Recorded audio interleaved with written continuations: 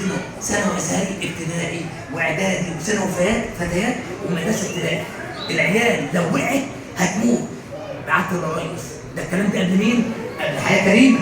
بعت لبنها، بعت قلنا لصفاء اللي هي ماسكه الري وراحت مشهور، بعتت لي على الوصف ما سمعتش، كلمتني برضه طلعت لقيتها كاتباني بتجيب مقاول.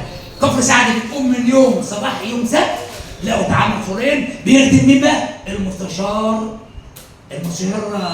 صالح واخوه منع بتاع كفر سعد، يعني النائب الغلبان بيخدم المستشارين والوزراء. كفر الصوبي يقولوا بلدنا تعمل وزير للغفير، بس الغلبان هو اللي وعجبني الاستاذ ابو عطراب وقال كلمه حلوه برضه.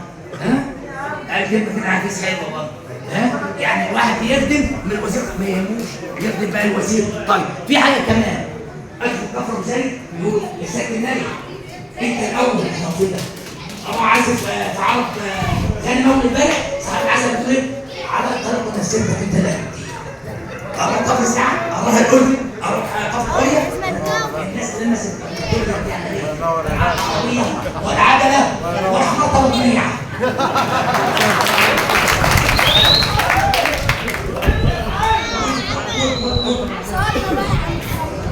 خير يا باشا المحترم. كمان عليا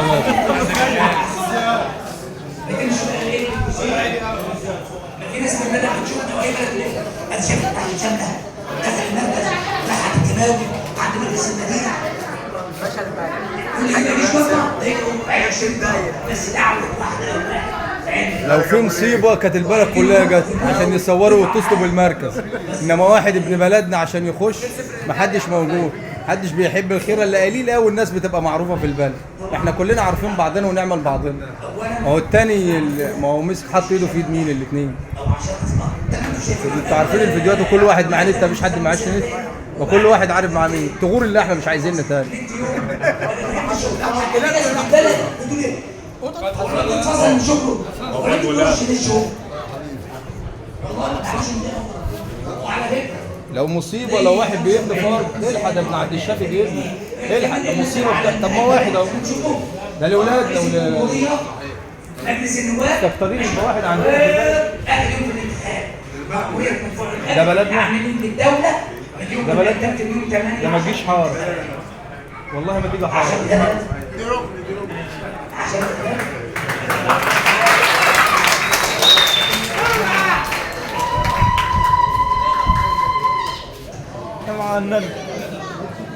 طبعا يعني لما كفر ابو زايد تقول استاذنا عملنا مؤتمر ومن جنيه الالف دي بلدنا اللي ما تجيش حاره، دي بلدنا اللي ما تجيش حاره. كلام فارغ يا باشا.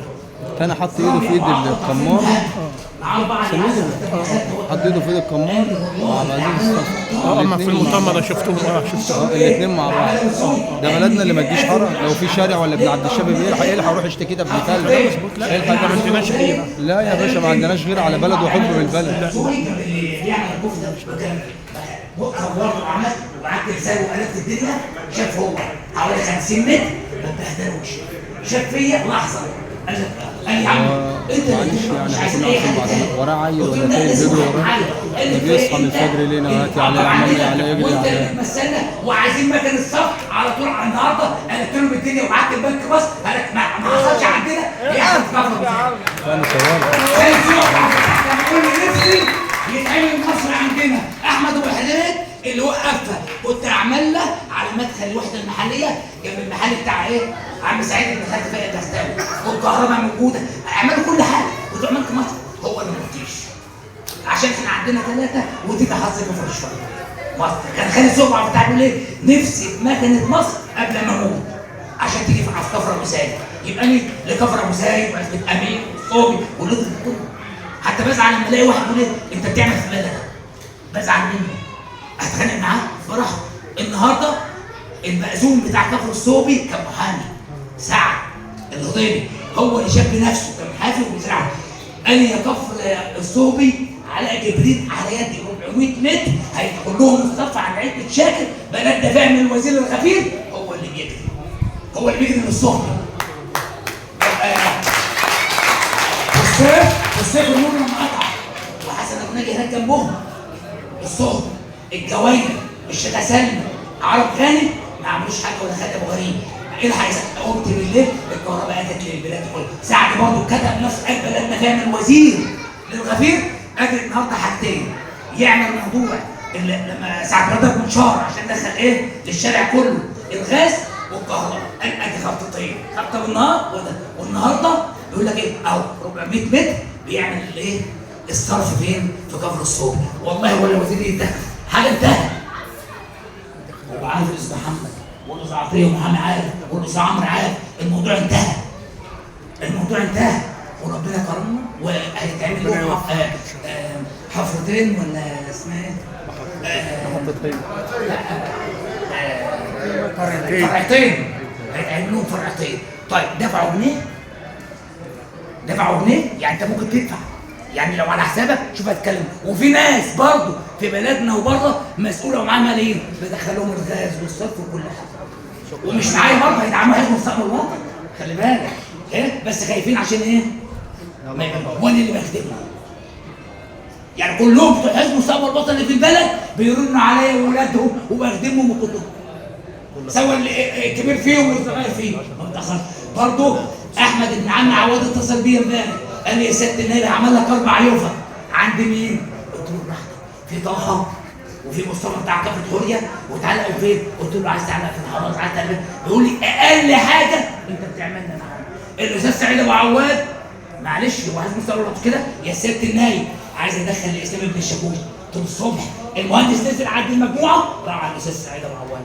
اهو حزب مستقبل الوطن انا اللي باخده مش الحزب اللي بياخده.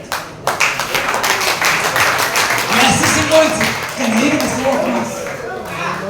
يعني أسيس الأنثى كان جاي كمان بس هو مش هو. يعني الحمد لله يعني طول ما أنا معاكم ما تخافوش أنت وأولادي التانية. على فكرة أنا أقوى منجح كمان ليه معاكم برضه. يعني أي حاجة مش هتأخر عليها في أي بلد. شكرا. في أي بلد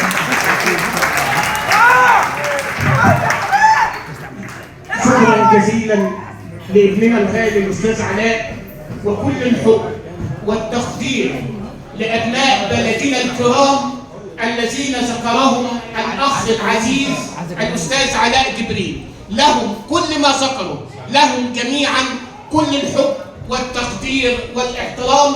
ونحن ابناء قريه واحده نلتقي سويا في مسراتنا واحزاننا. وفقكم الله جميعا. لا كلمة واحدة بس، كلمة واحدة مهمة بس هي دي هتترتب عليها. يا جماعة زي ما قلت لكم مش هنجح الا بكم ومش همشي الا بكم. طيب الدعاية بدأت مش كده؟ طب أنا باخد كفة حرية لوحدي ولا عايزين من كل عيلة واحد؟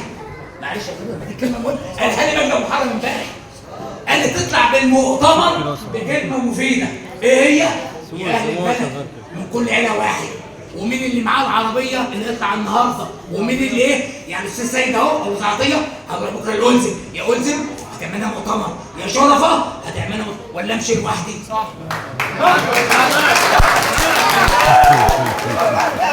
الناس كلها عارفه ان الحريه ام الكوره واقوى حاجه في المنطقه هي الحريه مش كده. امشي لوحدي ونشجع على لكم وانا اعمل بطل يعني اقول انا بطل. لا انتوا الابطال وانتوا كل حاجه ما انتوا كلكم اهو. ولولا الماتش الناس كانت هتخرق الدنيا بره. كان حالة وفاه امبارح. يعني من كل عيله واحد. اللي عنده عربيه برضه شوف نقسم نفسنا ازاي. طبعا واحد يا عم نبيل قالوا يا الزم، واحد يا عم السيد ايوه يا كفر زايد، واحد زي فلانه يا صهبي مش كده؟ ولا هنعمل ازاي؟ صح ولا كلامي غلط؟ صح كلامك مظبوط يا ريس. حريه خارجه شوف خارجه ازاي حريه معاك فهمتني؟ وشوفوا انتوا هتعملوا ايه. انا عارف ان المضيافه كانت هتبقى مليانه بس عشان في ماتش وامبارح حاله وفاه. انا قلت برضه نظرا للظروف زي ما محمد قال لي كده ابو غريب برضه نظرا للظروف عشان حاله الانسانيه كذا. قلت النهارده طبعا طلع لنا ايه في ماتش فهمتني. بس زمان الحراس فهمتني لو ايه عندها مش لو الخطيب جه هتخرج كليه. لو الخطيب جه هتخرج كليه برضه الزملكاوي برضه خليك زمان خليك زمان. النفس لو ربنا ان شاء الله كرمك يا عم علاء يا جبريل ان شاء الله. يا رب ان شاء الله تنجح، مش عشانك، عشان نادي الزمالك. تسيب الديون اللي عليه ويكمل يا عم ويكمل يا عم ابوس ايدك. هي لحظه بس عند البلد دي، بلدنا اللي فيها 6-7 آلاف واحد. دي بلدنا لو حتى حصل فيها مصيبه البلد كلها بتطلع وبيساوي، يقول لك بص ابن عبد الشافي بيعمل ايه وبيساوي ايه. دي بلدنا اللي ما تقفش جنب واحد اسمه علاء جبريل. دي بلدنا اللي علاء جبريل ما بيتاخرش قبل الصغير وقبل الكبير. ده لو لمبه طفت يا علاء يا جبريل الحقني، لو واحده تعبت يا علاء انا عندي صداع، وعلاء دكتور يا عم محمد ابو عواد والنبي روح ادي الحقنه لكذا اعمل كذا. ده علاء جبريل اللي ما يستاهلش مننا كده يا ولاد. هو احنا ما بنفرحش الا بالنصايب؟ ليه ما يكونش واحد عندنا قد الدنيا ويبقى عضو؟ ليه الحراسه احسن مننا؟ ده احسن مننا، ما حدش احسن مننا. تحرية فوق الجميع وهتفضل فوق الجميع، وعلاء جبريل رمز الفيل، وان شاء الله ننجح يا علاء يا جبريل. نقول له تاني حبيبي يا عم نبيل.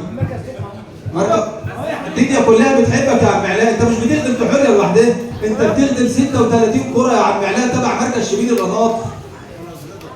تسلم يا استاذ رضا، ومتشكرين لحبايبي الزملكاويه والاهلاويه، وربنا يخلي الاهلاويه. شكرا لكم جميعا، شرفتونا ونورتونا.